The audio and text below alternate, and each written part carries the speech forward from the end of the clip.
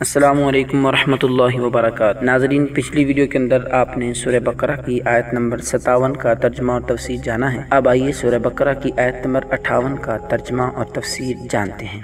اعوذ باللہ من الشیطان الرجیم، بسم اللہ الرحمن الرحیم۔ وَإِذْ قُلْنَا ادْخُلُوا هَٰذِهِ الْقَرْيَةَ فَكُلُوا مِنْهَا حَيْثُ شِئْتُمْ رَغَدًا وَادْخُلُوا الْبَابَ سُجَّدًا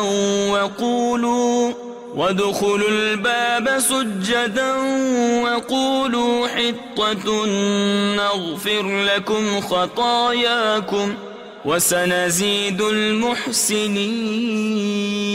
ترجمہ کنز الایمان۔ اور جب ہم نے فرمایا اس بستی میں جاؤ، پھر اس میں جہاں چاہو بے روک ٹوک کھاؤ اور دروازہ میں سجدہ کرتے داخل ہو اور کہو ہمارے گناہ معاف ہوں، ہم تمہاری خطائیں بخش دیں گے اور قریب ہے کہ نیکی والوں کو اور زیادہ دیں۔ ترجمہ کنز العرفان۔ اور جب ہم نے انہیں کہا کہ اس شہر میں داخل ہو جاؤ، پھر اس میں جہاں چاہو بے روک ٹوک کھاؤ اور دروازے میں سجدہ کرتے داخل ہونا اور کہتے رہنا ہمارے گناہ معاف ہوں، ہم تمہاری خطائیں بخش دیں گے اور ان قریب ہم نیکی کرنے والوں کو اور زیادہ عطا فرمائیں گے۔ تفسیر صراط الجنان۔ وَإِذْ قُلْنَا ادْخُلُوا هَٰذِهِ الْقَرْيَةَ، اور جب ہم نے کہا اس شہر میں داخل ہو جاؤ۔ اس شہر سے بیت المقدس مراد ہے یا اریحہ جو بیت المقدس کے قریب ہے، جس میں عمالقہ آباد تھی اور وہ اسے خالی کر گئے تھے۔ وہاں غلے میوے بکثرت تھی۔ اس بستی کے دروازے میں داخل ہونے کا فرمایا گیا اور یہ دروازہ ان کے لیے کعبہ کی طرح تھا،